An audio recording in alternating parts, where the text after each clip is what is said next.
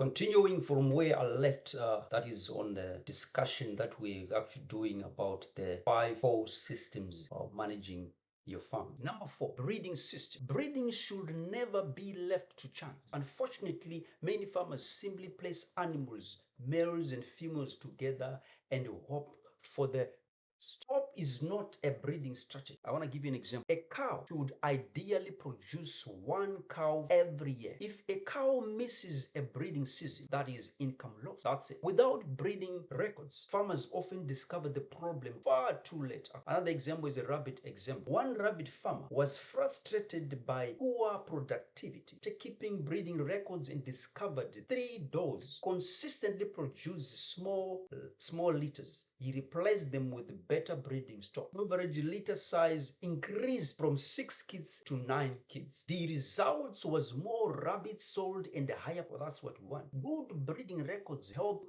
identify the following. Number 1, fertility animal, infertile animal, good mothers, poor mothers, and superior genetic. That's what we want.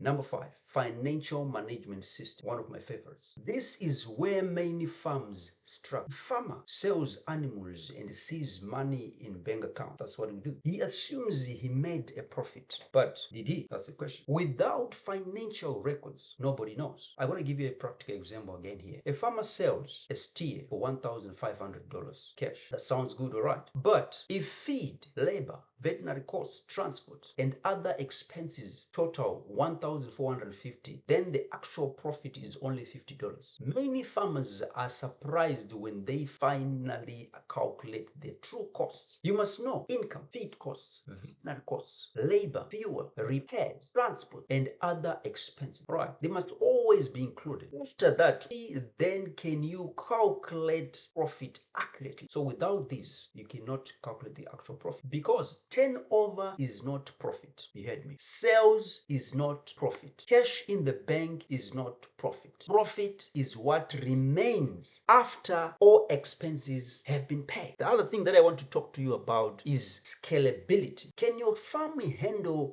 growth? Here's a simple question, my farmers. If someone or somebody gave you double the number of animals tomorrow, would your farm cope? Would feeding still happen efficiently? Would health treatment still be on schedule? Would breeding records remain accurate? Would you still know whether you are making money? I'm going to give you a challenge here. Take 5 minutes today and rate your farm out of 10 in the following area. Okay. Number 1, in record keeping, in feeding, in animal health, in breeding, in financial management. Which score is low? That is where you should focus your energy over the next 30 days. That's it. One improvement or one improved system can completely change the profitability of your farm. All right. In a nutshell, profitable livestock farming is not about luck. It is not about working longer hours. And it is not about owning the biggest head in the district. Profitable farming is about building systems that produce consistent results. Systems reduce waste. Systems improve productivity. Systems support growth. Systems increase profit. The farmers who